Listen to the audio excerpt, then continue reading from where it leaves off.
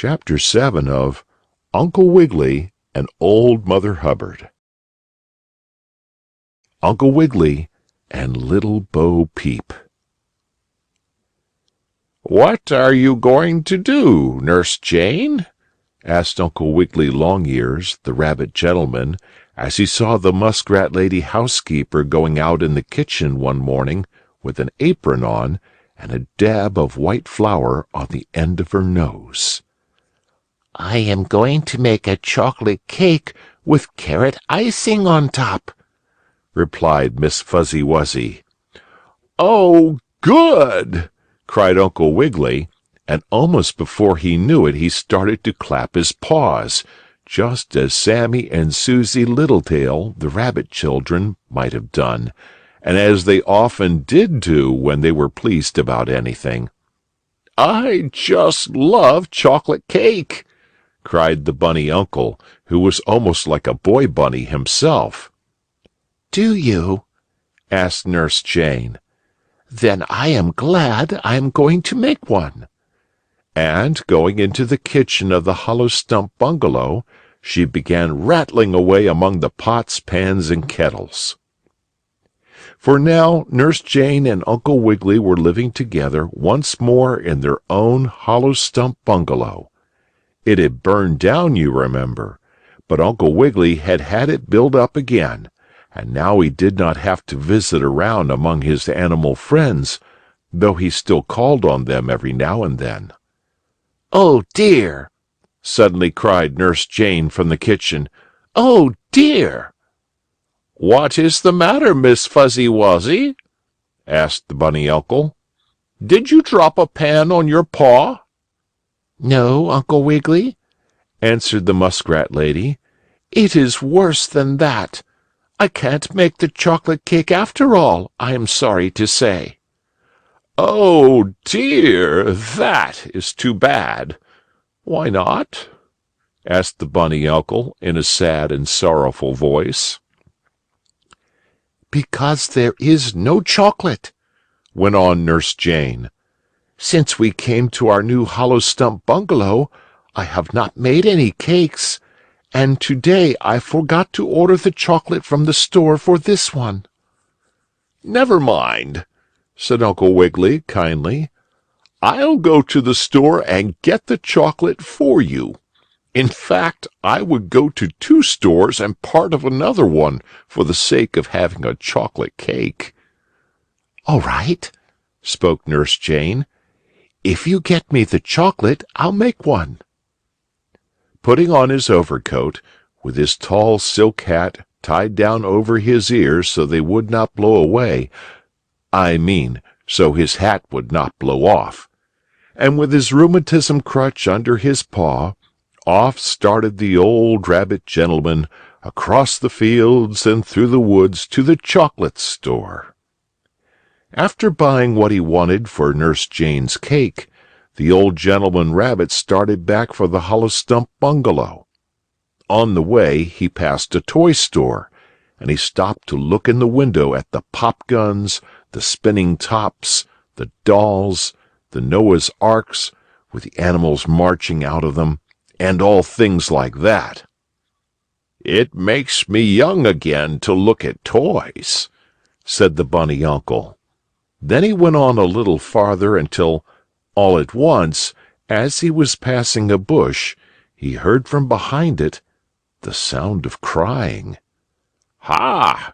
Someone in trouble again," said Uncle Wiggily. "I wonder if it can be Little Boy Blue?"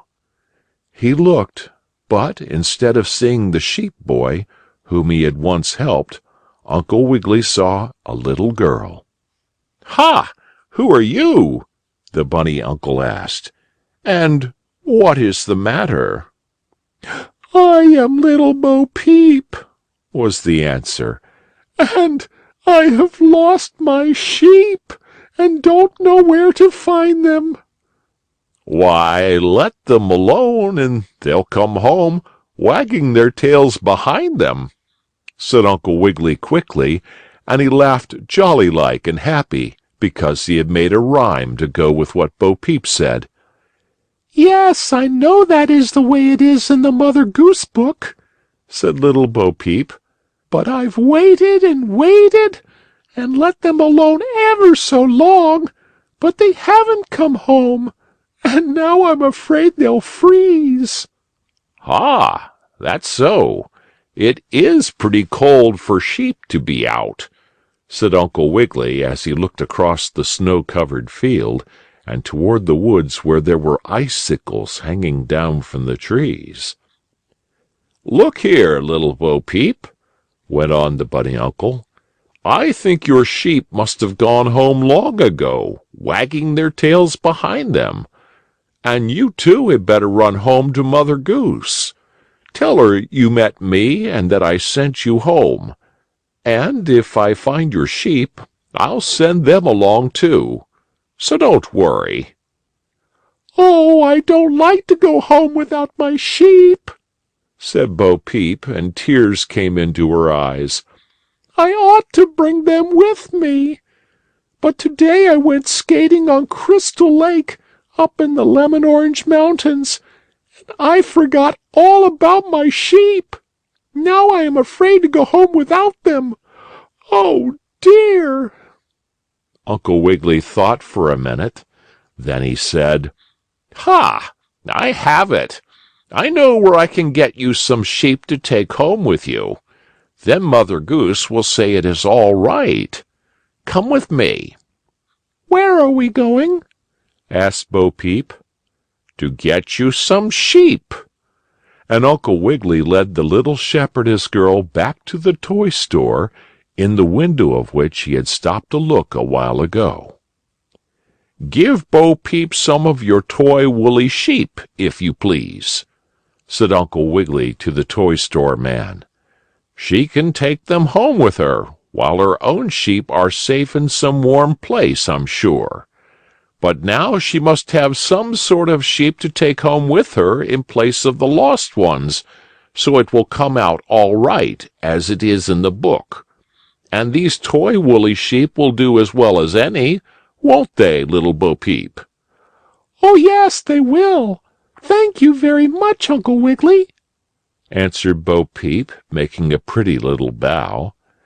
Then the rabbit gentleman bought her 10 little toy woolly sheep, each one with a tail which Bo Peep could wag for them, and one toy lamb went ba, ba, ba, as real as anything, having a little phonograph talking machine inside him. Now I can go home to Mother Goose and make believe these are my lost sheep, said Bo Peep, and it will be all right. And here is a piece of chocolate for you to eat, said Uncle Wiggily. Then Bo Peep hurried home with her fleecy toy sheep, and later on she found her real ones, all nice and warm, in the barn where the cow with the crumpled horn lived. Mother Goose laughed in her jolliest way when she saw the toy sheep Uncle Wiggily had bought Bo Peep. It's just like him, said Mother Goose. And if the goldfish doesn't climb out of his tank and hide in the sardine tin where the stuffed olives can't find him, I'll tell you next about Uncle Wiggily and Tommy Tucker. End of chapter 7.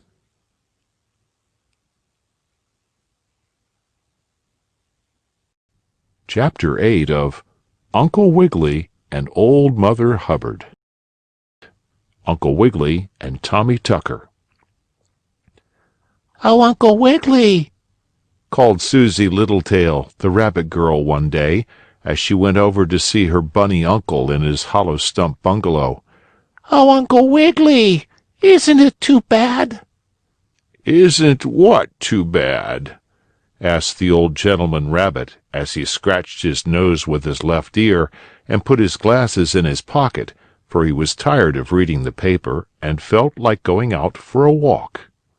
Too bad about my talking and singing doll that I got for Christmas, said Susie.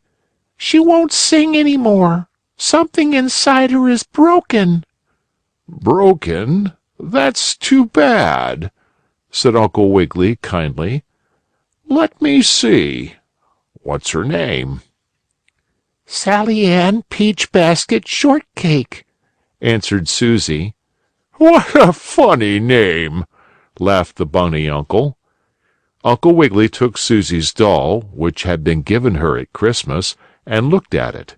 Inside the doll was a sort of phonograph or talking machine, a very small one, you know, and when you pushed on a little button in back of the doll's dress, she would laugh and talk.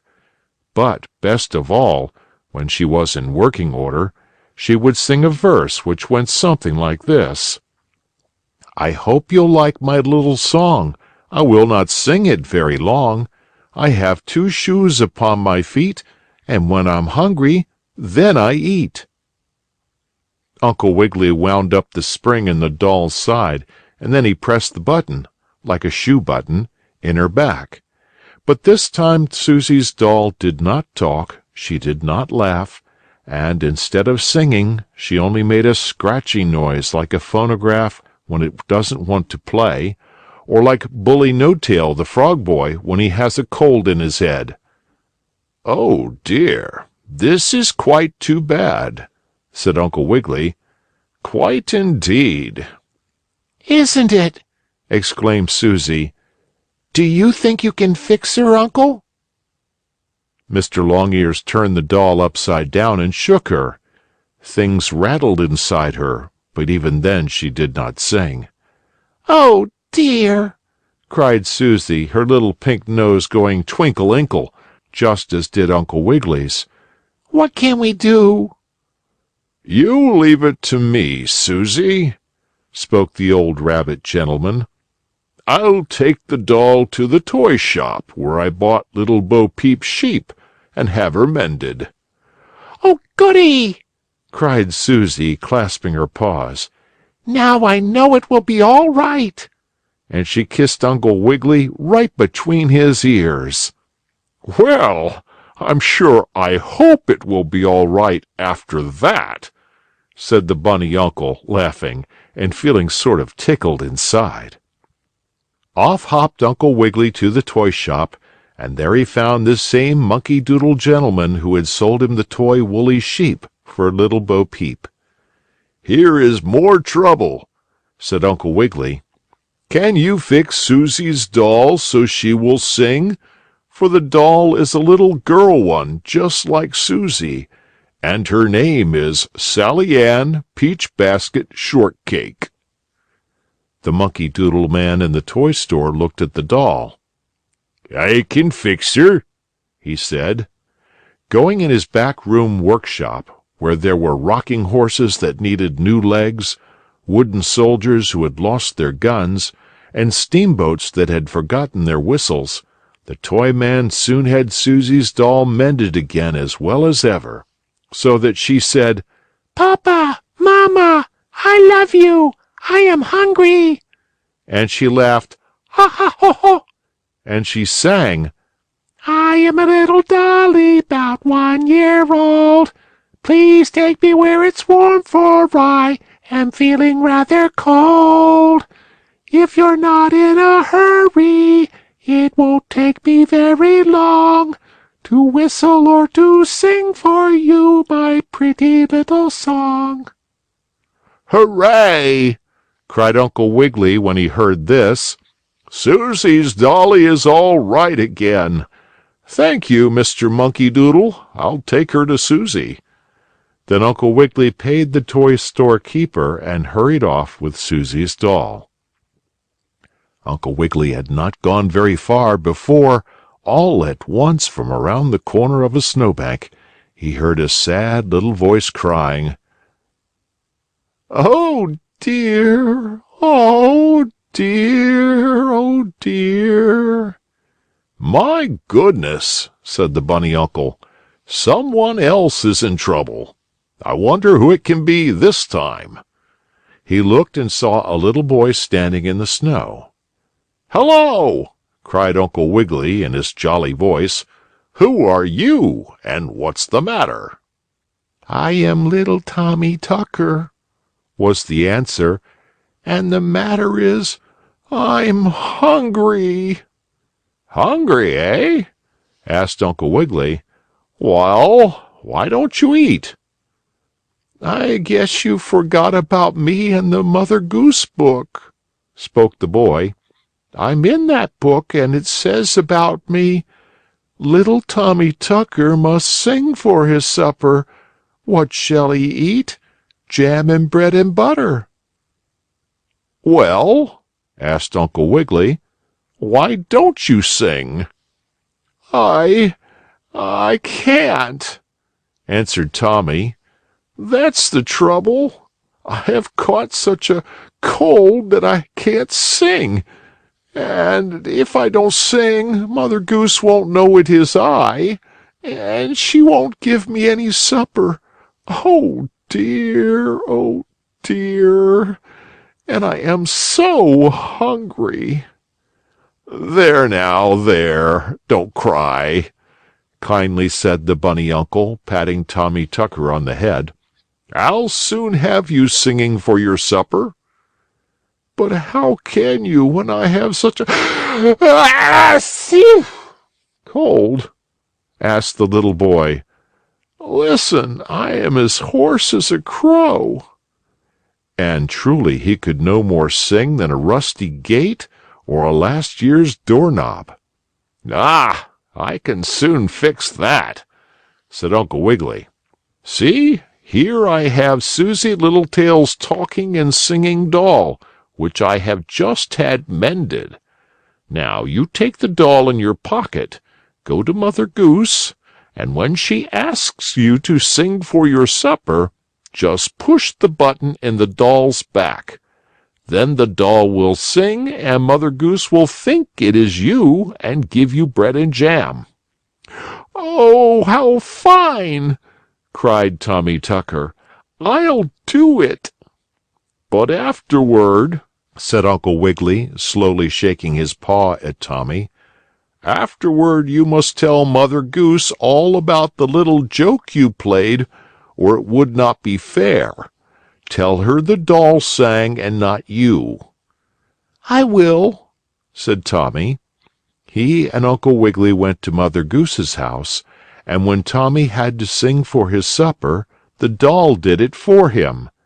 And when Mother Goose heard about it, she said it was a fine trick, and that Uncle Wiggily was very good to think of it. Then the bunny uncle took Susie's mended doll to her, and the next day Tommy's cold was all better, and he could sing for his supper himself, just as the book tells about. And if the little mouse doesn't go to sleep in the cat's cradle and scare the milk bottle so it rolls off the back stoop, I'll tell you next about Uncle Wiggily and Pussycat Mole. End of chapter 8.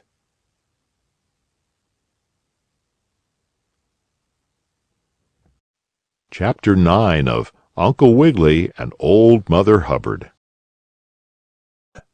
Uncle Wiggily and Pussycat Mole. "Oh dear, I don't believe he's ever coming," said Nurse Jane Fuzzy Wuzzy, the muskrat lady housekeeper, as she stood at the window of the hollow stump bungalow one day and looked down through the woods. "For whom are you looking, Nurse Jane?" asked Uncle Wiggily Longears, the rabbit gentleman. "If it's for the letter man, I think he went past some time ago." "No, I wasn't looking for the letter man," said the muskrat lady. "I am expecting a messenger boy cat to bring home my new dress from the dressmaker's, but I don't see him." "A new dress, eh?" asked Uncle Wiggily. "Pray, what is going on?" "My dress is going on me as soon as it comes home, Uncle Wiggily," the muskrat lady answered laughingly. "And then I am going on over to the house of Mrs. Wibblewobble, the duck lady. She and I are going to have a little tea party together, if you don't mind." "Mind? Certainly not. I'm glad to have you go out and enjoy yourself," said Uncle Wiggily, jolly-like and also laughing. "But I can't go if my new dress doesn't come," went on Nurse Jane. "That is, I don't want to." "Look here," said the bunny uncle. "I'll tell you what I'll do, Nurse Jane. I'll go for your dress myself and bring it home. I have nothing to do. I'll go get your dress at the dressmaker's." "Will you really?" cried the muskrat lady. "That will be fine. Then I can curl my whiskers and tie a new pink bow for my tail. You are very good, Uncle Wiggily." "Oh, not at all, not at all," the rabbit gentleman said, modest-like and shy. Then he hopped out of the hollow stump bungalow and across the fields and through the woods to where Nurse Jane's dressmaker made dresses. "Oh, yes, Nurse Jane's dress!" exclaimed Mrs. Spin Spider, who wove silk for all the dresses worn by the lady animals of Woodland. "Yes, I have just finished it. I was about to call a messenger boy cat and send it home, but now you are here, you may take it. And here is some cloth I had left over. Nurse Jane might want it, if ever she tears a hole in her dress." Uncle Wiggily put the extra pieces of cloth in his pocket, and then Mrs. Spin Spider wrapped Nurse Jane's dress up nicely for him in tissue paper, as fine as the web which she had spun for the silk, and the rabbit gentleman started back to the hollow stump bungalow. Mrs. Spin Spider lived on Second Mountain, and as Uncle Wiggily's bungalow was on First Mountain, he had quite a way to go to get home. And when he was about halfway there, he passed a little house near a gray rock that looked like an eagle, and in the house he heard a voice saying, "Oh, dear! Oh, isn't it too bad? Now I can't go." "Ha! I wonder who that can be," thought the rabbit gentleman. "It sounds like someone in trouble. I will ask if I can do anything to help." The rabbit gentleman knocked on the door of the little house, and a voice said, "Come in." Uncle Wiggily entered, and there in the middle of the room he saw a pussy-cat lady holding up a dress with a big hole burned in it. "I beg your pardon, but who are you, and what is the matter?" politely asked the bunny uncle, making a low bow. "My name is Pussy-cat Mole," was the answer, "and you can see the trouble for yourself. I am Pussy-cat Mole. I jumped over a coal and, in your best petticoat, burned a great hole," finished Uncle Wiggily. "I know you now. You are from Mother Goose's book, and I met you at a party in Belleville, where they have a bluebell flower on the school to call the animal children to their lessons." "That's it," meowed Pussy-cat Mole. "I am glad you remember me, Uncle Wiggily. It was at a party I met you, and now I am going to another. Or rather, I was going until I jumped over a coal, and in my best petticoat burned a great hole. Now I can't go." And she held up the burned dress, sorrowful-like and sad. "How did you happen to jump over the coal?" asked Uncle Wiggily. "Oh, it fell out of my stove," said Pussy-cat Mole, "and I jumped over it in a hurry to get the fire shovel to take it up. That's how I burned my dress. And now I can't go to the party, for it was my best petticoat, and Mrs. Wibblewobble, the duck lady, asked me to be there early, too. And now, oh dear!" And Pussy-cat Mole felt very badly indeed. "Mrs. Wibblewobbles!" cried Uncle Wiggily. "Why, Nurse Jane is going there to a little tea party, too. This is her new dress I am taking home." "Has she burned a hole in it?" asked the pussy-cat lady. "No, she has not, I am glad to say," the bunny uncle replied. "She hasn't had it on yet." Then she can go to the party, but I can't," said Pussy-cat Mole sorrowfully. "Oh, dear!" "Yes, you can go," suddenly cried Uncle Wiggily. "See here, I have some extra pieces of cloth left over when Mrs. Spin Spider made Nurse Jane's dress. Now you can take these pieces of cloth and mend the hole burned by the coal in your best petticoat. Then you can go to the party." "Oh, so I can," meowed the pussy-cat. So, with a needle and thread and the cloth, she mended her best petticoat. All around the edges and over the top of the burned hole, the pussy-cat lady sewed the left-over pieces of Nurse Jane's dress, which was almost the same color.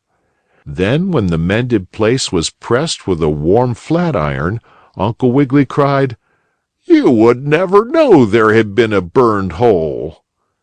"That's fine," meowed Pussy-cat Mole. "Thank you so much, Uncle Wiggily, for helping me." "Pray do not mention it," said the rabbit gentleman, bashful-like and casual. Then he hurried to the hollow stump bungalow with Nurse Jane's dress, and the muskrat lady said he had done just right to help mend Pussy-cat Mole's dress with the leftover pieces. So she and Nurse Jane both went to Mrs. Wibblewobble's little tea party and had a good time. And so, you see, it came out just as it did in the book. Pussy-cat Mole jumped over a coal, and in her best petticoat burned a great hole. But the hole it was mended, and my story is ended. Only never before was it known how the hole was mended. Uncle Wiggily did it. And if the apple doesn't jump out of the peach dumpling and hide in the lemon pie when the knife and fork try to play tag with it, I'll tell you next about Uncle Wiggily and Jack and Jill, and it will be a Valentine story. End of chapter 9.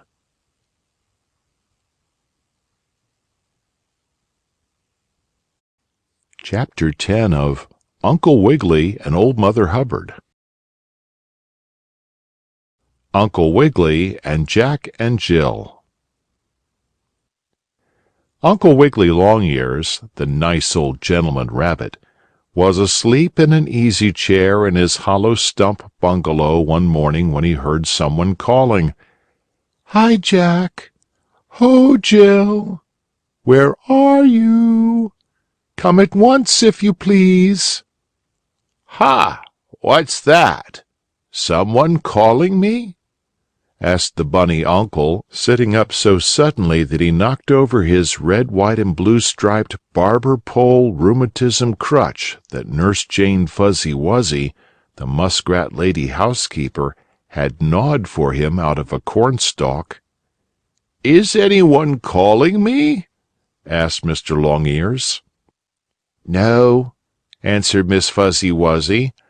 "That's Mother Goose calling Jack and Jill to get a pail of water." "Oh, is that all?" asked the rabbit gentleman, rubbing his pink eyes and making his nose twinkle like the sharp end of an ice cream cone.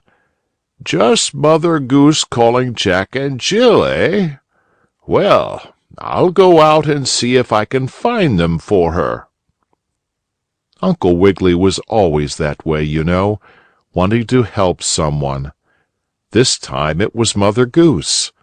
His new hollow stump bungalow was built right near where Mother Goose lived, with all her big family, Peter Pumpkin-Eater, Little Jack Horner, Bo Peep, and many others. "Ho, Jack! Hi, Jill! Where are you?" called Mother Goose as Uncle Wiggily came out of his hollow stump. "Can't you find those two children?" asked the rabbit gentleman, making a polite good-morning bow. "I am sorry to say I cannot," answered Mother Goose. "They were over to see the old woman who lives in a shoe a while ago, but where they are now I can't guess, and I need a pail of water for Simple Simon to go fishing in, for to catch a whale." "Oh, I'll get the water for you," said Uncle Wiggily, taking the pail. "Perhaps Jack and Jill are off playing somewhere, and they have forgotten all about getting the water." "And I suppose they'll forget about tumbling downhill, too," went on Mother Goose, sort of nervous-like. "But they must not.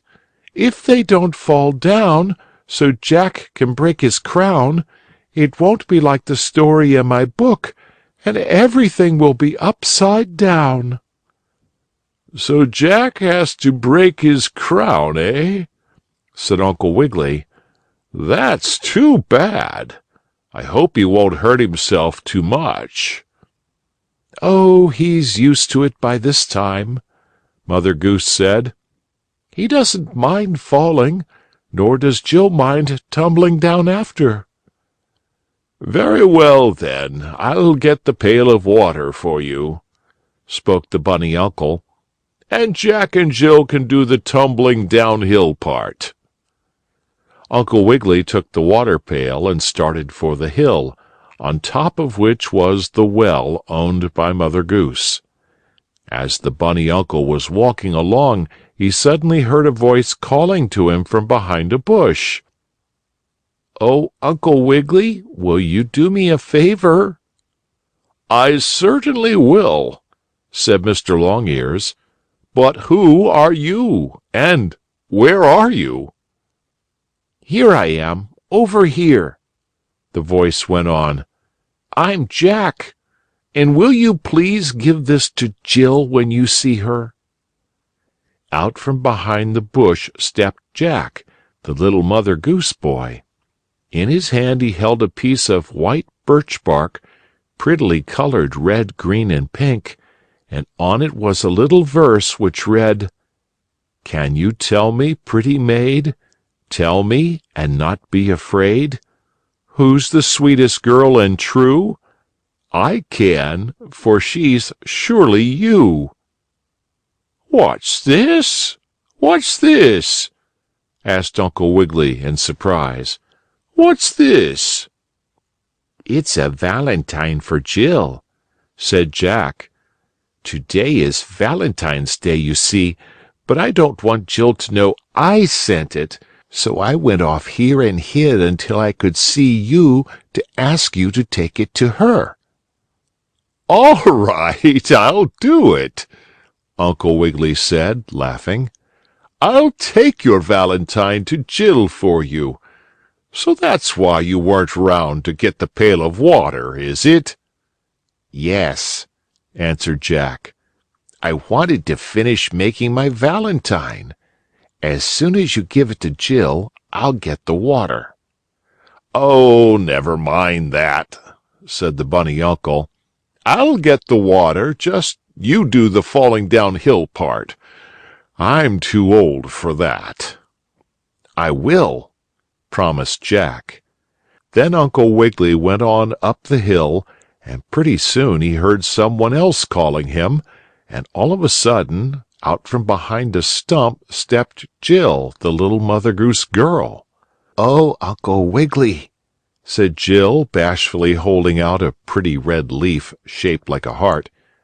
"Will you please give this to Jack? I don't want him to know I sent it." "Of course I'll give it to him," promised the rabbit gentleman. "It's a valentine, I suppose? And here is something for you." And while Jill was reading the valentine Jack had sent her, Uncle Wiggily looked at the red heart-shaped leaf. On it, Jill had written in blue ink, "One day when I went to school, teacher taught me this rule.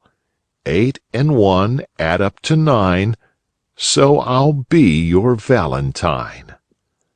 "My, that's nice," said Uncle Wiggily, laughing. "So that's why you're hiding off here for, Jill, to make a valentine for Jack?" "That's it," Jill answered, blushing sort of pink, like the frosting on a strawberry cake. But I don't want Jack to know it." "I'll never tell him," said Uncle Wiggily. So he went on up the hill to get a pail of water for Mother Goose, and on his way back he gave Jill's valentine to Jack, who liked it very much. "And now, since you got the water, Jill and I will go tumble downhill," said Jack, as he found the little girl where she was reading his valentine again. Up the hill they went, near the well of water, and Jack fell down and broke his crown, while Jill came tumbling after, while Uncle Wiggily looked on and laughed. So it all happened just as it did in the book, you see. Mother Goose was very glad Uncle Wiggily had brought the water for Simple Simon to go fishing in, and that afternoon she gave a valentine party for Sammie and Susie Littletail, the Bushytail Squirrel brothers, Nanny and Billy Wagtail, the goats, and all the other animal friends of Uncle Wiggily, and everyone had a fine time. And if the cup doesn't jump out of the saucer and hide in the spoon holder where the coffee cake can't find it, I'll tell you next about Uncle Wiggily and Little Jack Horner. End of chapter 10.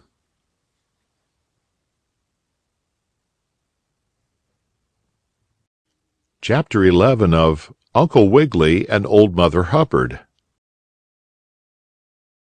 Uncle Wiggily and Jack Horner.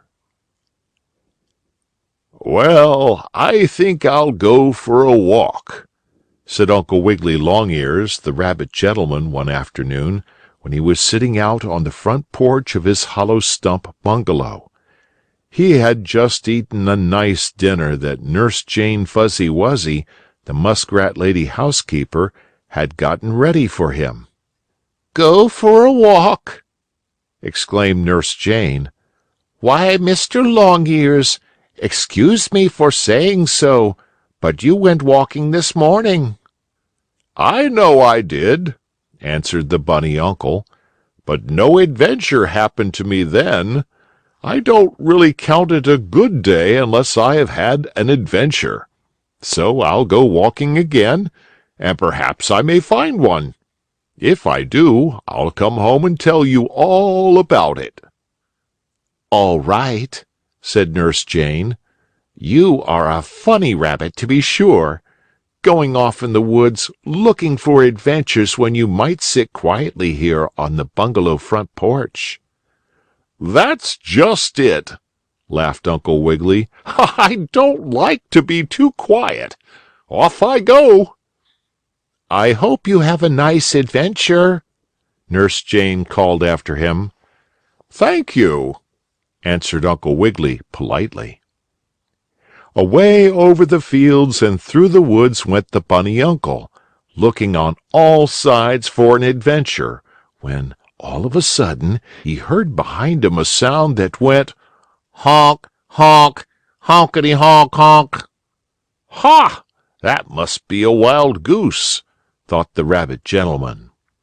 So he looked up in the air over his head, where the wild geese always fly, but instead of seeing any of the big birds, Uncle Wiggily felt something whiz past him, and again he heard the loud honk, honk noise, and then he sneezed, for a lot of dust from the road flew up his nose. "My!" he heard someone cry. "We nearly ran over a rabbit. Did you see?" And a big automobile with real people in it shot past. It was the horn of the auto that Uncle Wiggily had heard, and not a wild goose. "Ha! That came pretty close to me," thought Uncle Wiggily as the auto went on down the road. "I never ride my automobile as fast as that, even when I sprinkle pepper on the bologna sausage tires. I don't like to scare anyone." Perhaps the people in the auto did not mean to so nearly run over Uncle Wiggily. Let us hope so. The old gentleman rabbit hopped on down the road that was between the woods and the fields, and pretty soon he saw something bright and shining in the dust, near where the auto had passed. "Oh, maybe that's a diamond," he said as he stooped over to pick it up. But it was only a shiny button hook, and not a diamond at all. Someone in the automobile had dropped it. "Well, I'll put it in my pocket," said Uncle Wiggily to himself. "It may come in useful to button Nurse Jane's shoes, or mine." The bunny gentleman went on a little farther, and pretty soon he came to a tiny house with a red chimney sticking up out of the roof. "Ha! I wonder who lives there," said Uncle Wiggily. He stood still for a moment, looking through his glasses at the house, and then, all of a sudden, he saw a little lady, with a tall, peaked hat on, run out and look up and down the road. Her hat was just like an ice cream cone turned upside down. Only don't turn your ice cream cone upside down if it has any cream in it, for you might spill your treat. "Help! Help! Help!" cried the lady, who had come out of the house with the red chimney. "Ah, that sounds like trouble," said Uncle Wiggily. "I think I had better hurry over there and see what it is all about." He hopped over toward the little house, and when he reached it he saw that the little lady who was calling for help was Mother Goose herself. "Oh, Uncle Wiggily!" exclaimed Mother Goose. "I am so glad to see you. Will you please go for help for me?" "Why, certainly I will," answered the bunny gentleman. "But what kind of help do you want? Help for the kitchen, or a wash lady help, or—" "Neither of those," said Mother Goose. "I want help so little Jack Horner can get his thumb out of the pie." "Get his thumb out of the pie!" cried Uncle Wiggily. "What in the world do you mean?" "Why, you see it's this way," went on Mother Goose. "Jack Horner lives here. You must have heard about him. He is in my book. His verse goes like this: Little Jack Horner sat in a corner eating a Christmas pie. He put in his thumb and pulled out a plum and said, 'What a great boy am I!'" "That's the boy I mean!" cried Mother Goose. "But the trouble is that Jack can't get his thumb out. He put it in the pie to pull out the plum, but it won't come out, neither the plum nor the thumb. They are stuck fast for some reason or other. I wish you'd go for Dr. Possum so he can help us." "I will," said Uncle Wiggily. "But is Jack Horner sitting in a corner, as it says in the book?"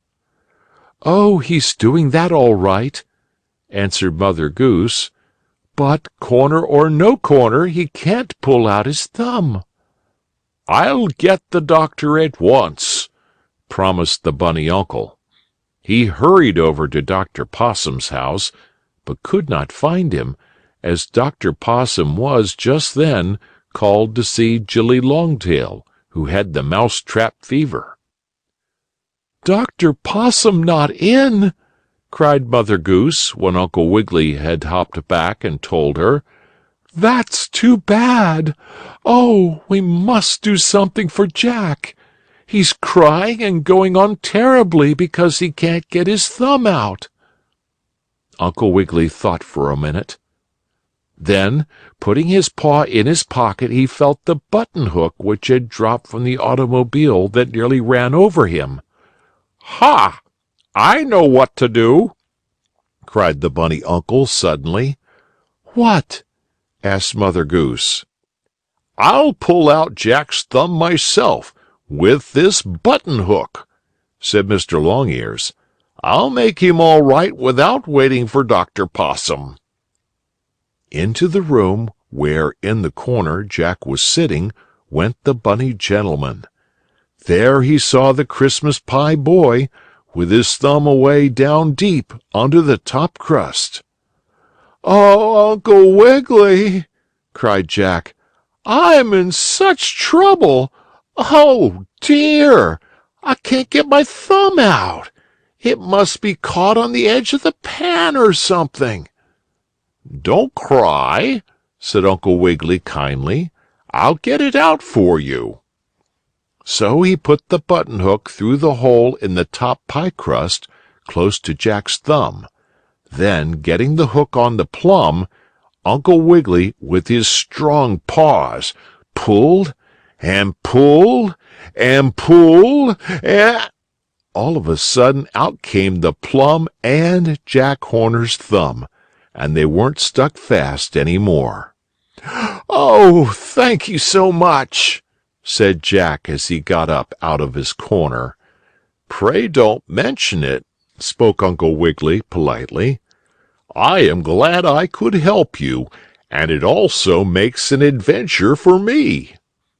Then Jack Horner went back to his corner and ate the plum that stuck to his thumb, and Uncle Wiggily, putting the button hook back in his pocket, went on to his hollow stump bungalow.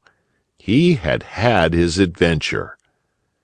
So, everything came out all right, you see. And if the snow shovel doesn't go off by itself, sliding downhill with the ash can, when it ought to be boiling the cups and saucers for supper, I'll tell you next about Uncle Wiggily and Mr. Pop-Goes. End of chapter 11.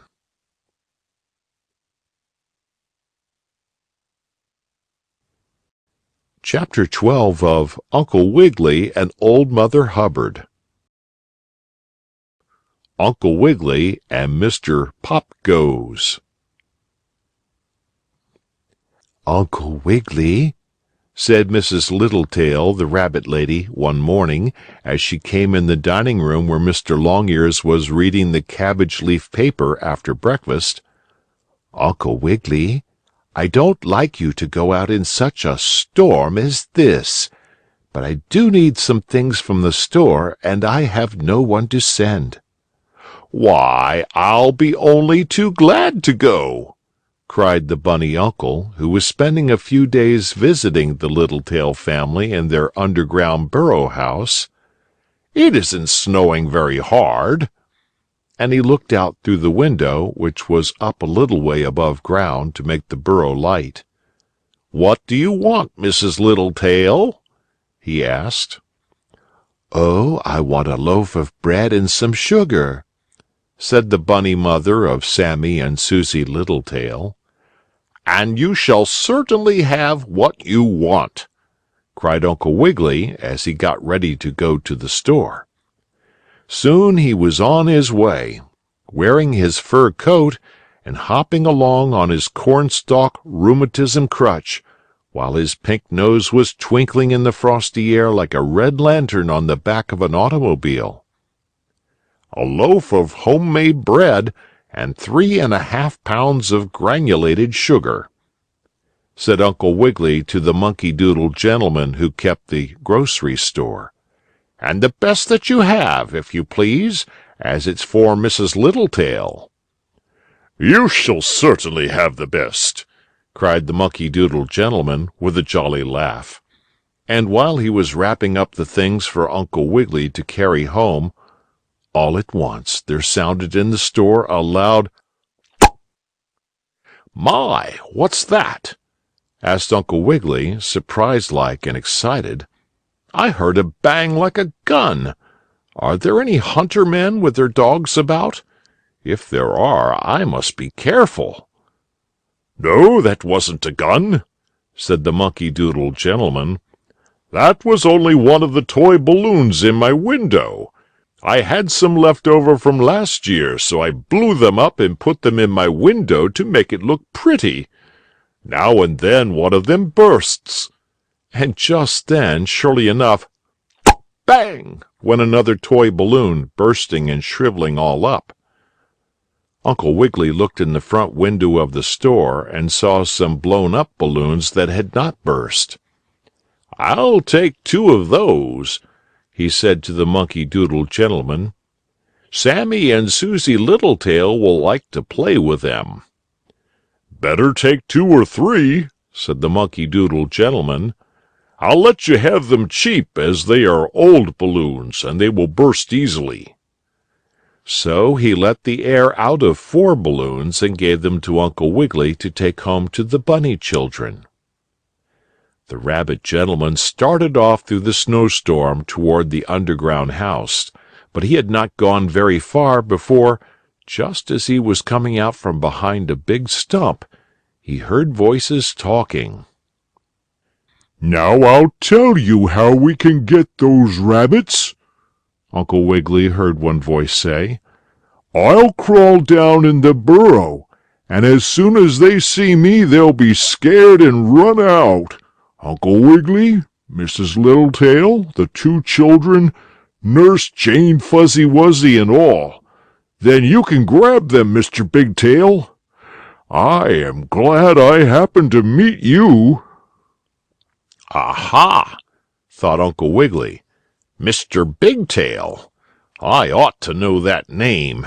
It's the fox, and he and someone else seem to be after us rabbits. But I thought the fox promised to be good and let me alone. He must have changed his mind." Uncle Wiggily peeked cautiously around the stump, taking care to make no noise, and there he saw a fox and another animal talking, and the rabbit gentleman saw that it was not the fox who had promised to be good, but another one of the same name who was bad. "Yes, I'll go down the hole and drive out the rabbits, and you can grab them," said the queer animal. "That's good," growled the fox. "But to whom have I the honor of speaking?" That was his way of asking the name of the other animal, you see.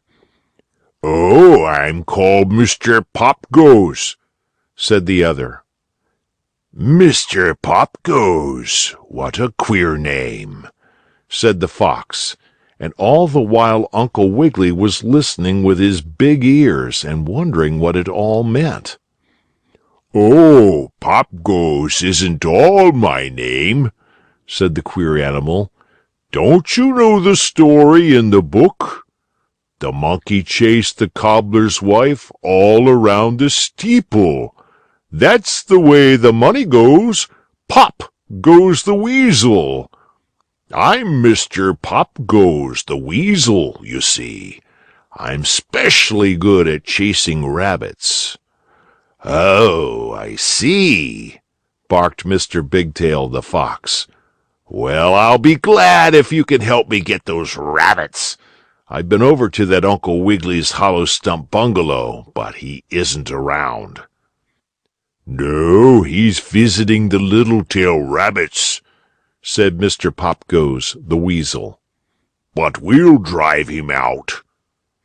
Then Uncle Wiggily felt very badly indeed, for he knew that a weasel is the worst animal a rabbit can have after him. Weasels are very fond of rabbits. They love them so much they want to eat them, and Uncle Wiggily did not want to be eaten, even by Mr. Pop-Goes. "Oh, dear," he thought. "What can I do to scare away the bad fox and Mr. Pop-Goes, the weasel? Oh, dear." Then he thought of the toy balloons that made a noise like a gun when they were blown up and burst. "The very thing," thought the rabbit gentleman. Carefully, as he hid behind the stump, Uncle Wiggily took out one of the toy balloons. Carefully he blew it up, bigger and bigger and bigger, until all at once, bang! exploded the toy balloon, even making Uncle Wiggily jump. As for the fox and Mr. Pop-Goes, the weasel, why, they were so curlostrated, if you will kindly excuse me for using such a word, that they turned a somersault, jumped up in the air, came down, turned a pepper salt, and started to run. "Did you hear that noise?" asked the weasel. "That was a pop, and whenever I hear a pop I have to go. and I'm going fast." "So am I," barked the fox. "That was a hunter with a gun after us, I guess. We'll get those rabbits some other time." "Maybe you will, and maybe not," laughed Uncle Wiggily as he hurried on to the burrow with the bread, sugar, and the rest of the toy balloons, with which Sammy and Susie had lots of fun. So you see Mr. Pop-Goes, the weasel, didn't get Uncle Wiggily after all, and if the pepper caster doesn't throw dust in the potato's eyes and make it sneeze at the rag doll, I'll tell you next about Uncle Wiggily and Simple Simon. End of chapter 12.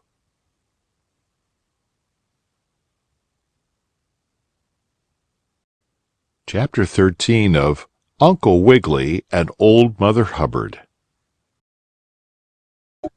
Uncle Wiggily and Simple Simon. "There!"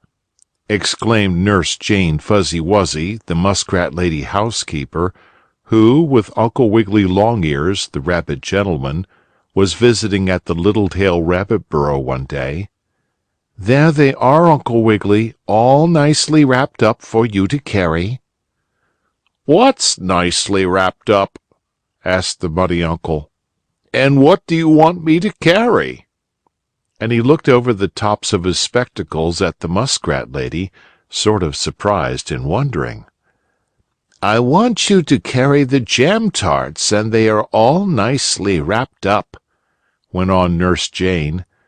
"Don't you remember? I said I was going to make some for you to take over to Mrs. Wibblewobble, the duck lady." "Oh, of course!" cried Uncle Wiggily. "The jam tarts are for Lulu, Alice, and Jimmy Wibblewobble, the duck children. I remember now. I'll take them right over." "They are all nicely wrapped up in a clean napkin," went on the muskrat lady. "So be careful not to squash them and squeeze out the jam, as they are very fresh." "I'll be careful," promised the old rabbit gentleman, as he put on his fur coat and took down off the parlor mantel his red, white, and blue striped barber pole rheumatism crutch made of a cornstalk. "Oh, wait a minute, Uncle Wiggily, wait a minute!" cried Mrs. Littletail, the bunny mother of Sammy and Susie, the rabbit children, as Mr. Longears started out. "Where are you going?" "Over to Mrs. Wibblewobble, the duck lady's house, with some jam tarts for Lulu, Alice, and Jimmy," answered Uncle Wiggily. "Then would you mind carrying also this little rubber plant over to her?" asked Mrs. Littletail. "I told Mrs. Wibblewobble I would send one to her the first chance I had." "Right gladly will I take it," said Uncle Wiggily. So Mrs. Littletail, the rabbit lady, wrapped the pot of the little rubber plant with its thick, shiny green leaves in a piece of paper, and Uncle Wiggily, tucking it under one paw, while with the other he leaned on his crutch, started off over the fields and through the woods with the jam tarts in his pocket. Over toward the home of the Wibblewobble duck family he hopped. Mr. Longears, the nice old rabbit gentleman, had not gone very far before, all at once, from behind a snow-covered stump, he heard a voice saying, "Oh, dear, I know I'll never find him. I've looked all over, and I can't see him anywhere. Oh, dear, oh, dear, what shall I do?" "My, that sounds like someone in trouble," Uncle Wiggily said to himself. "I wonder if that is any of my little animal friends. I must look." So the rabbit gentleman peeked over the top of the stump, and there he saw a queer-looking boy with a funny smile on his face, which was as round and shiny as the bottom of a new dishpan. And the boy looked so kind that Uncle Wiggily knew he would not hurt even a lollipop, much less a rabbit gentleman. "Oh, hello!" cried the boy as soon as he saw Uncle Wiggily. "Who are you?" "I am Mr. Longears," replied the bunny uncle. "And who are you?" "Why, I'm Simple Simon," was the answer. "I'm in the Mother Goose book, you know." "Oh, yes, I remember," said Uncle Wiggily. "But you seem to be out of the book just now." "I am," said Simple Simon. "The page with my picture on it fell out of the book, and so I ran away. But I can't find him anywhere, and I don't know what to do." "Who is it you can't find?" asked the rabbit. "The Pie Man," answered the funny, round-faced boy. "Don't you remember it says in the book, 'Simple Simon met a pieman going to the fair'?" "Oh, yes, I remember," Uncle Wiggily answered. "What's next?" "Well, I can't find him anywhere," said Simple Simon. "I guess the pie man didn't fall out of the book when I did." "That's too bad," spoke Uncle Wiggily kindly. "It is," said Simple Simon, "for you know he ought to ask me for my penny when I want a taste of his pies, and indeed I haven't any penny. Not any, and I'm so hungry for a piece of pie." And Simple Simon began to cry. "Oh, don't cry," said Uncle Wiggily. "See, in my pocket I have some jam tarts. They are for Lulu, Alice, and Jimmy Wibblewobble, the ducks, but there are enough to let you have one." "Why, you are a regular pie man yourself, aren't you?" laughed Simple Simon as he ate one of Nurse Jane's nice jam tarts. "Well, you might call me that," said the bunny uncle, "though I suppose a tart man would be nearer right." "But there's something else," went on Simple Simon. "You know in the Mother Goose book I have to go for water in my mother's sieve, but soon it all ran through." And then cried Simple Simon, "Oh, dear, what shall I do?" And he held out a sieve just like a coffee strainer, full of little holes. "How can I ever get water in that?" he asked. "I've tried and tried, but I can't. No one can. It all runs through." Uncle Wiggily thought for a minute. Then he cried, "I have it! I'll pull some leaves off the rubber plant I am taking to Mrs. Wibblewobble. We'll put the leaves in the bottom of the sieve, and, being of rubber, water can't get through them. Then the sieve will hold water, or milk either, and you can bring it to your mother." "Oh, fine!" cried Simple Simon, licking the sticky, squeegee jam off his fingers. So Uncle Wiggily put some rubber plant leaves in the bottom of the sieve, and Simple Simon, filling it full of water, carried it home to his mother, and not a drop ran through, which, of course, wasn't at all like the story in the book. "But that isn't my fault," said Uncle Wiggily as he took the rest of the jam tarts to the Wibblewobble children. "I just had to help Simple Simon." Which was very kind of Uncle Wiggily, I think, don't you? It didn't matter if, just once, something happened that wasn't in the book. And Mrs. Wibblewobble didn't at all mind some of the leaves being off her rubber plant. So you see, we should always be kind when we can. And if the canary bird doesn't go to sleep in the bowl with the goldfish, and forget to whistle like an alarm clock in the morning, I'll tell you next about Uncle Wiggily and the Crumple-Horn Cow. End of chapter 13.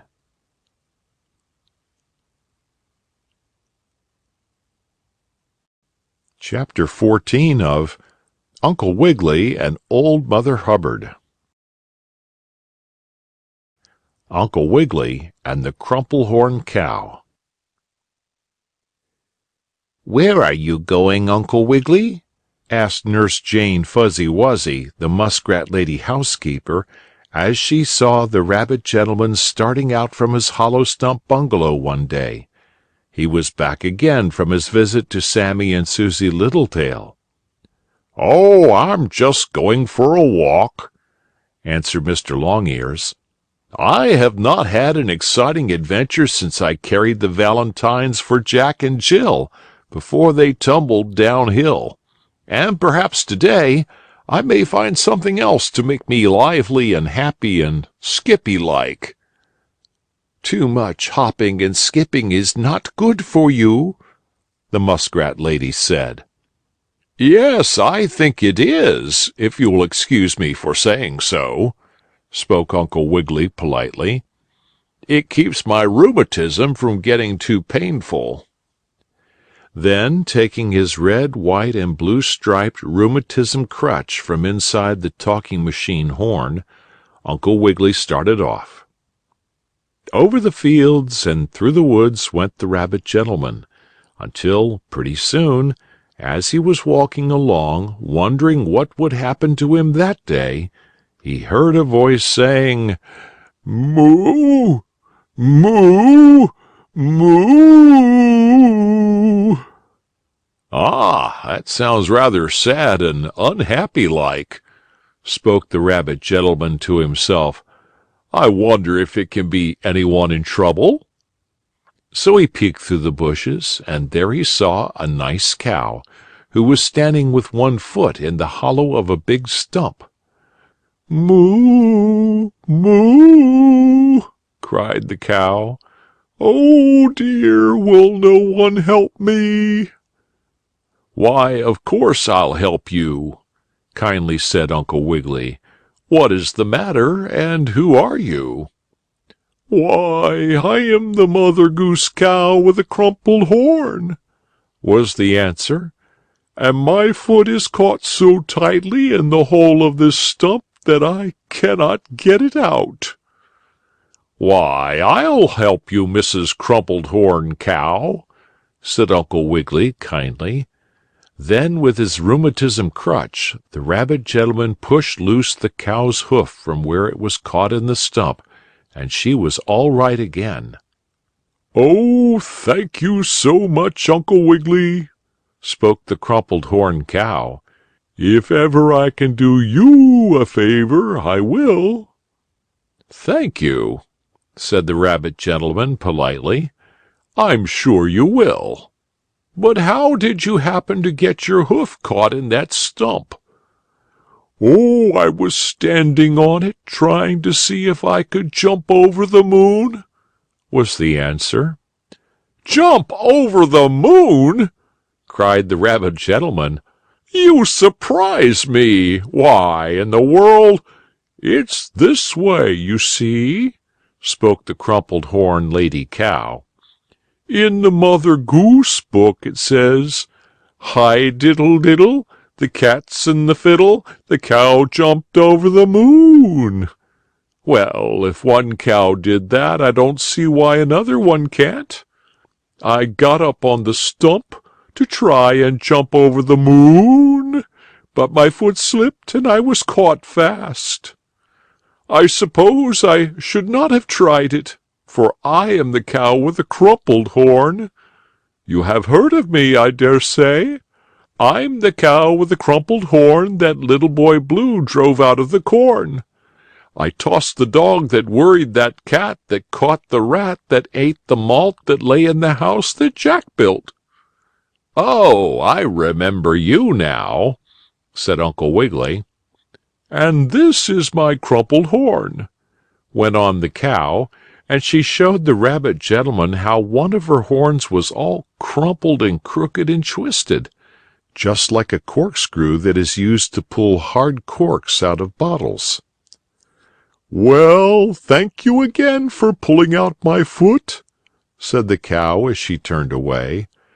"Now I must go toss that dog once more, for he's always worrying the cat." So the cow went away, and Uncle Wiggily hopped on through the woods and over the fields. He had had an adventure, you see, helping the cow, and later on he had another one, for he met Jimmy Wibblewobble, the boy duck, who had lost his penny going to the store for a cornmeal-flavored lollipop. Uncle Wiggily found the penny in the snow, and Jimmy was happy once more. The next day, when Uncle Wiggily awakened in his hollow stump bungalow and tried to get out of bed, he was so lame and stiff that he could hardly move. "Oh, dear!" cried the rabbit gentleman. "Ouch! Oh, what a pain!" "What is it?" asked Nurse Jane. "What's the matter?" "My rheumatism," answered Uncle Wiggily. "Please send to Dr. Possum and get some medicine. Ouch! Oh, my!"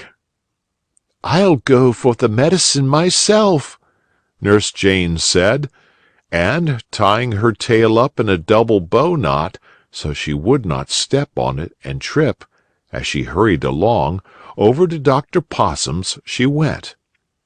The doctor was just starting to go out to see Nanny Wagtail, the little goat girl, who had the hornache, but before going there, Dr. Possum ran back into his office, got a big bottle of medicine, which he gave to Nurse Jane, saying, "When you get back to the hollow stump bungalow, pull out the cork and rub some on Uncle Wiggily's pain." "Rub the cork on?" asked Nurse Jane, sort of surprised-like. "No, rub on some of the medicine from the bottle," answered Dr. Possum, laughing as he hurried off. Uncle Wiggily had a bad pain when Nurse Jane got back. "I'll soon fix you," said the muskrat lady. "Wait until I get the cork out of this bottle." But that was more easily said than done. Nurse Jane tried with all her might to pull out the cork with her paws and even with her teeth. Then she used a hairpin, but it only bent and twisted itself all up in a knot. "Oh, hurry with the medicine," begged Uncle Wiggily. "Hurry, please." "I can't get the cork out," said Nurse Jane. "The cork is stuck in the bottle." "Let me try," spoke the bunny uncle, but he could not get the cork out either, and his pain was getting worse all the while. Just then came a knock on the bungalow door, and a voice said, "I am the cow with the crumpled horn. I just met Dr. Possum, and he told me Uncle Wiggily had the rheumatism. Is there anything I can do for him? I'd like to do him a favor as he did me one." "Yes, you can help me," said the rabbit gentleman. "Can you pull a tight cork out of a bottle?" "Indeed I can," mooed the cow. "Just watch me." She put her crooked, crumpled horn, which was just like a corkscrew, in the cork, and with one twist, out it came from the bottle as easily as anything. Then Nurse Jane could rub some medicine on Uncle Wiggily's rheumatism, which soon felt much better. So you see, Mother Goose's crumpled horn cow can do other things besides tossing cat-worrying dogs. And if the fried egg doesn't go to sleep in the dishpan, so the knives and forks can't play tag there, I'll tell you next of Uncle Wiggily and Old Mother Hubbard. End of chapter 14.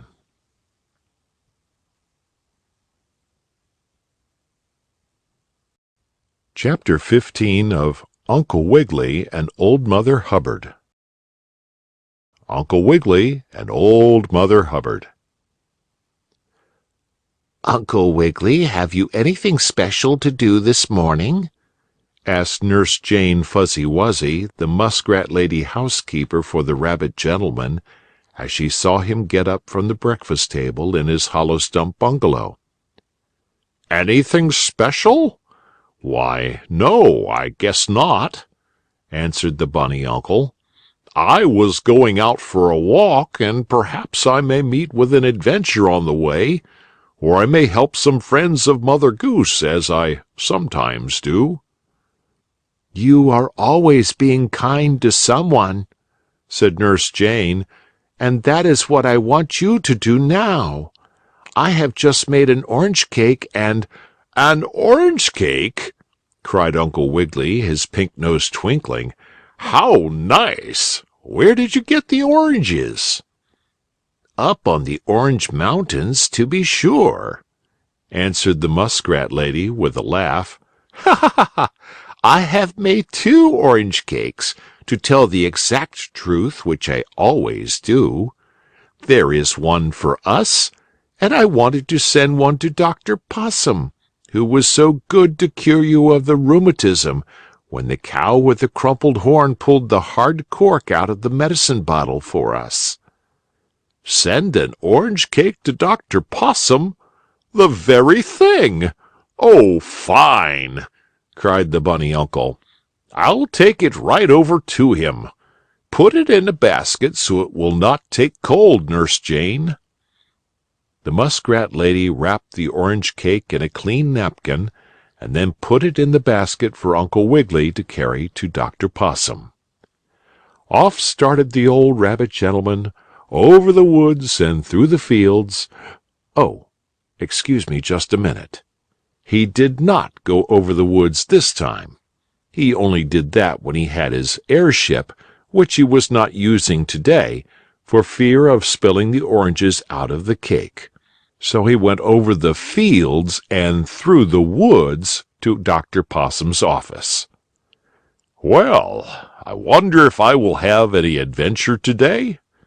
thought the old rabbit gentleman as he hopped along. "I hope I do, for—" And then he suddenly stopped thinking and listened, for he heard a dog barking, and a voice was sadly saying, "Oh, dear, it's too bad. I know it is, but I can't help it. It's that way in the book, so you'll have to go hungry." Then the dog barked again, and Uncle Wiggily said, "More trouble for someone. I hope it isn't the bad dog who used to bother me. I wonder if I can help anyone." He looked around, and nearby he saw a little wooden house on the top of a hill. The barking and talking was coming from that house. "I'll go up and see what is the matter," said the rabbit gentleman. "Perhaps I can help."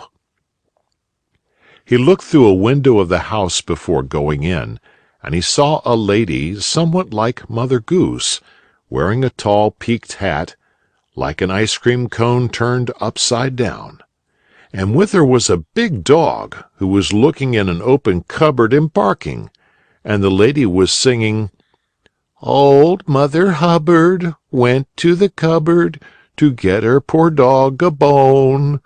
But when she got there, the cupboard was bare, and so the poor dog had none."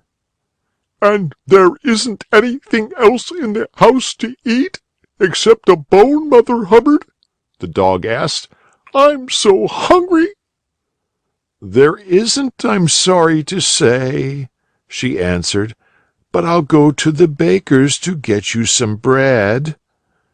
"And when you come back you will think I am dead," said the dog quickly. "I'll look so, anyhow," he went on, "for I am so hungry. Isn't there any way of getting me anything to eat without going to the baker's? I don't care much for bread, anyhow." "How would you like a piece of orange cake?" asked Uncle Wiggily all of a sudden as he walked in Mother Hubbard's house. "Excuse me," said the bunny uncle, "but I could not help hearing what your dog said. I know how hard it is to be hungry, and I have an orange cake in my basket. It is for Dr. Possum, but I am sure he would be glad to let your dog have some." "That is very kind of you," said Mother Hubbard. And I certainly would like orange cake, spoke the dog, making a bow and wagging his nose, his tail. Then you shall have it, said Uncle Wiggily, opening the basket. He set the orange cake on the table, and the dog began to eat it, and Mother Hubbard also ate some, for she was hungry too. And what do you think? Before Uncle Wiggily or anyone else knew it, the orange cake was all gone, eaten up, and there was none for Dr. Possum. "Oh, see what we have done!" cried Mother Hubbard sadly. "We have eaten all your cake, Uncle Wiggily. I'm sure we did not mean to, but with a hungry dog—" "Pray do not mention it," said the rabbit gentleman politely. "I know just how it is.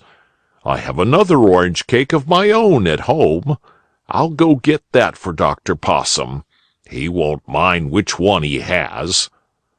"No, I can't let you do that," spoke Mother Hubbard.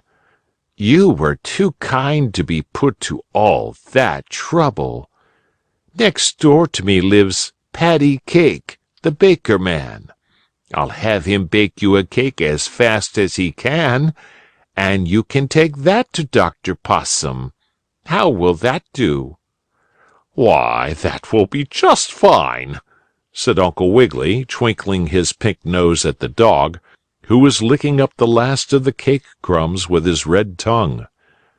So Mother Hubbard went next door where lived Paddy Cake, the baker, and she said to him, Paddy Cake, baker man, bake me a cake as fast as you can. Into it please put a raisin and plum, and mark it with D.P. for Dr. Possum." "I will," said Paddy Cake. "I'll do it right away." And he did, and as soon as the cake was baked, Uncle Wiggily put it in the basket where the orange one had been, and took it to Dr. Possum, who was very glad to get it, for the raisin and plum cake was as good as the orange one Mother Hubbard and her dog had eaten. So, you see, everything came out all right after all. And if the cork doesn't pop out of the ink bottle and go to sleep in the middle of the white bedspread like our black cat, I'll tell you next about Uncle Wiggily and Little Miss Muffet. End of chapter 15.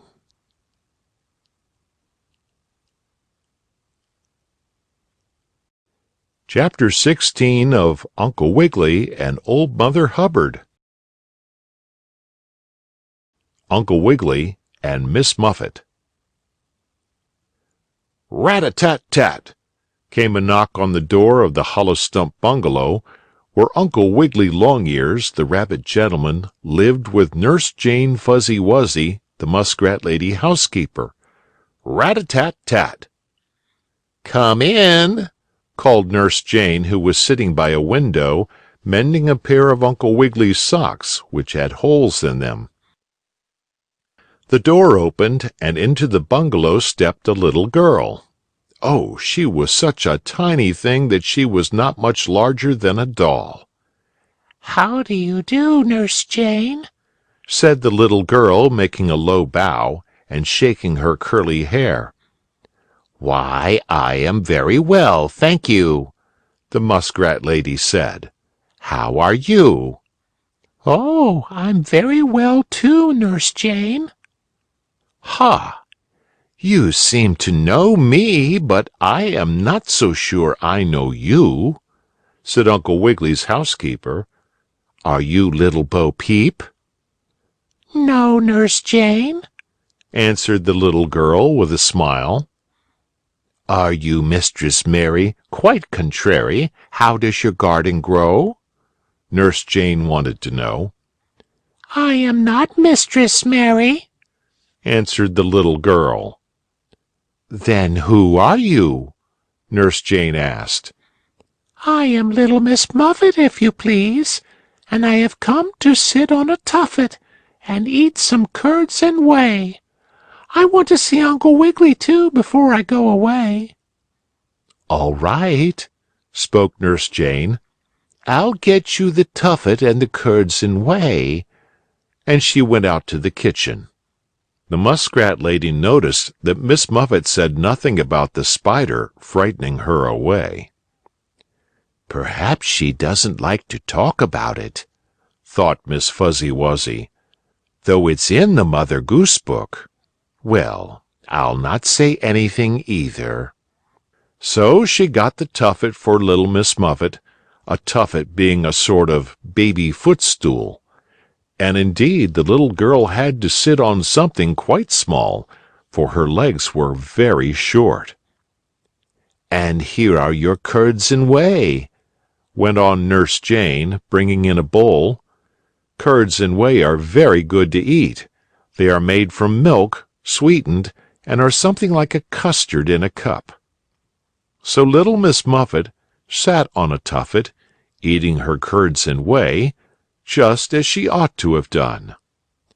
"And," said Nurse Jane to herself, "I do hope no spider will come sit beside her to frighten Miss Muffet away before Uncle Wiggily sees her, for she is a dear little child." Pretty soon someone was heard hopping up the front steps of the bungalow, and Nurse Jane said, "There is Uncle Wiggily now, I think." "Oh, I'm glad!" exclaimed little Miss Muffet as she handed the muskrat lady the empty bowl of curds and whey. "I want to see him very specially." In came hopping the nice old rabbit gentleman, and he knew little Miss Muffet right away and was very glad to see her. "Oh, Uncle Wiggily!" cried the little girl. "I have been waiting to see you. I want you to do me a very special extra favor. Will you?" "Why, of course, if I can," answered the bunny uncle with a polite bow. "I am always glad to do favors." "You can easily do this one," said little Miss Muffet. "I want you to come—" And just then Uncle Wiggily saw a big spider crawling over the floor toward the little girl, who was still on her tuffet, having finished her curds and whey. "And if she sees that spider sit down beside her, it surely will frighten her away," thought Uncle Wiggily. "And I will not be able to find out what she wants me to do for her. Let me see. She hasn't yet noticed the spider. I wonder if I could get her out of the room while I ask the spider to kindly not to do any frightening, at least for a while." So Uncle Wiggily, who was quite worried, sort of waved his paw sideways at the spider and twinkled his pink nose and said, "Ahem!" which meant that the spider was to keep on crawling and not go near Miss Muffet. Uncle Wiggily himself was not afraid of spiders. "Yes, Uncle Wiggily," went on little Miss Muffet, who had not yet seen the spider. "I want you to come too." And then she saw the rabbit gentleman making funny noses behind her back and waving his paw at something, and Miss Muffet cried, "Why, what in the world is the matter, Uncle Wiggily? Have you hurt yourself?" "No, no," the rabbit gentleman quickly exclaimed. "It's the spider. She's crawling toward you, and I don't want her to sit down beside you and frighten you away." Little Miss Muffet laughed a jolly laugh. "Oh, Uncle Wiggily," she cried, "I'm not at all afraid of spiders. I'd let a dozen of them sit beside me if they wanted to, for I know they will not harm me if I do not harm them. And besides, I knew this spider was coming all the while." "You did?" cried Nurse Jane, surprised-like. "To be sure I did. She is Mrs. Spin Spider, and she has come to measure me for a new cobweb silk dress. Haven't you, Mrs. Spin Spider?" "Yes, child, I have," answered the lady spider. No one need be afraid of me. I'm not, Uncle Wiggily said. Only I did not want you to frighten Miss Muffet away before she had her curds and whey. Oh, I had them, the little girl said. Nurse Jane gave them to me before you came in, Uncle Wiggily. But now let me tell you what I came for, and then Mrs. Spin Spider can measure me for a new dress. I came to ask you if you would do me the favor to come to my birthday party next week. Will you? Of course I will, cried Uncle Wiggily. I'll be delighted. Good, laughed little Miss Muffet.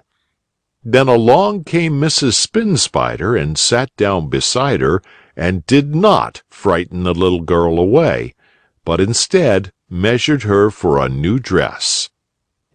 So from this we may learn that cobwebs are good for something else than catching flies, and in the next chapter, if the piano doesn't come upstairs to lie down on the brass bed so the pillow has to go down in the coal bin to sleep, I'll tell you about Uncle Wiggily and the first little kitten.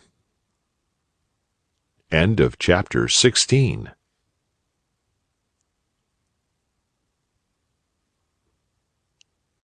Chapter 17 of Uncle Wiggily and Old Mother Hubbard.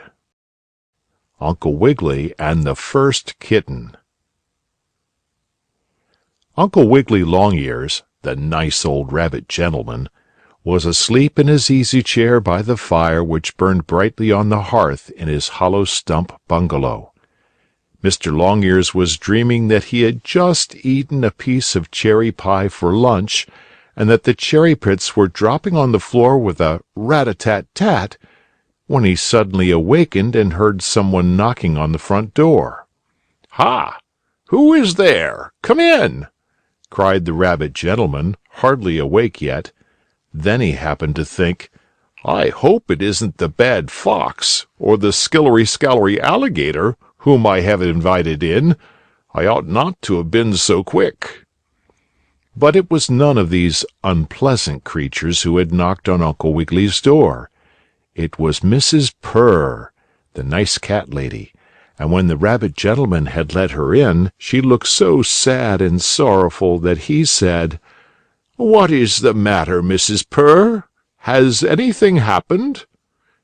"Indeed there has, Mr. Longears," the cat lady answered. "You know my 3 little kittens, don't you?" "Why, yes, I know them," replied the bunny uncle. "They are Fuzzo, Muzzo, and Wuzzo. I hope they are not ill?" "No, they are not ill," said the cat lady, mewing sadly, "but they have run away, and I came to see if you would help me get them back." "Run away? Your dear little kittens!" cried Uncle Wiggily. "You don't mean it. How did it happen?" "Well, you know my little kittens had each a new pair of mittens," said Mrs. Purr. "Yes, I read about that in the Mother Goose book," said the rabbit gentleman. "It must be nice to have new mittens." "My little kittens thought so," went on Mrs. Purr. "Their grandmother, Pussy-cat Mole, knitted them." "I have met Pussy-cat Mole," said Uncle Wiggily. "After she jumped over a coal and in her best petticoat burned a great hole, I helped her mend it so she could go to the party." "I heard about that. It was very good of you," mewed Mrs. Purr. "But about my little kittens, when they got their mittens, what do you think they did?"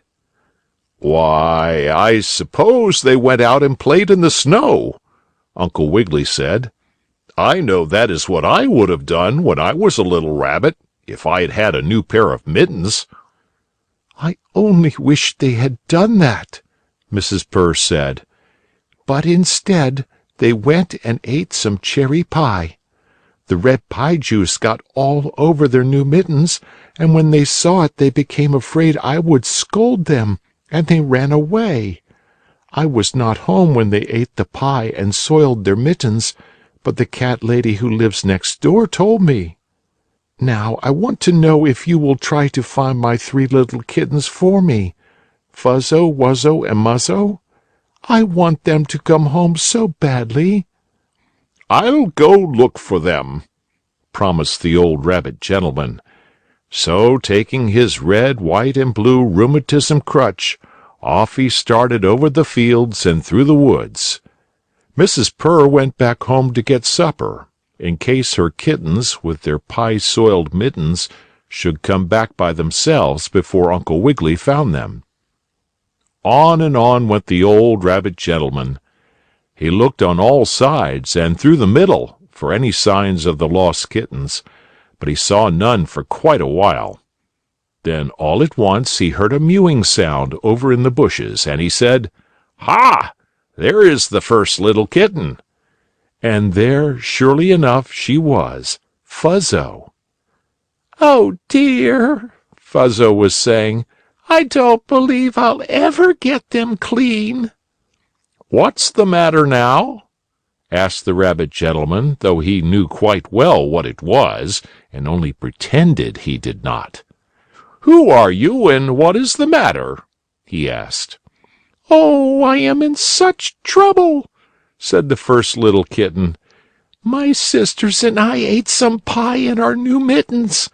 We soiled them badly with the red pie juice.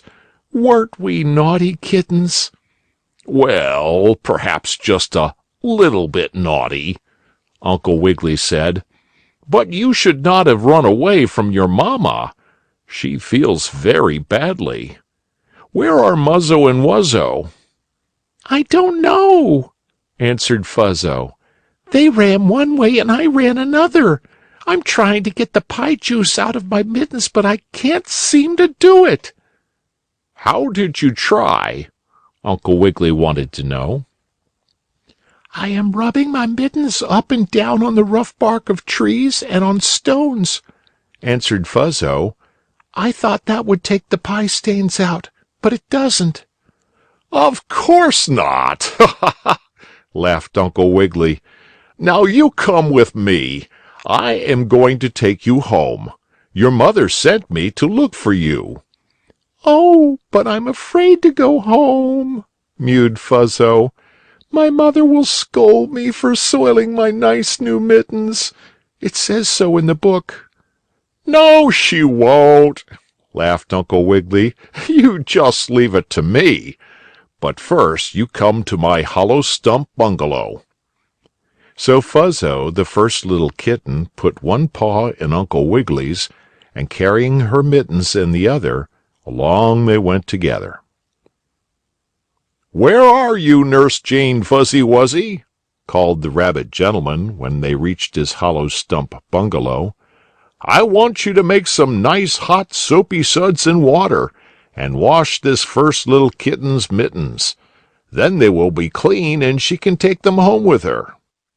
So the muskrat lady made some nice hot soap-bubbly suds, and in them she washed the kitten's mittens. Then, when they were dry, Uncle Wiggily took the mittens, and also Fuzzo, to Mrs. Purr's house. "Oh, how glad I am to have you back!" cried the cat mother.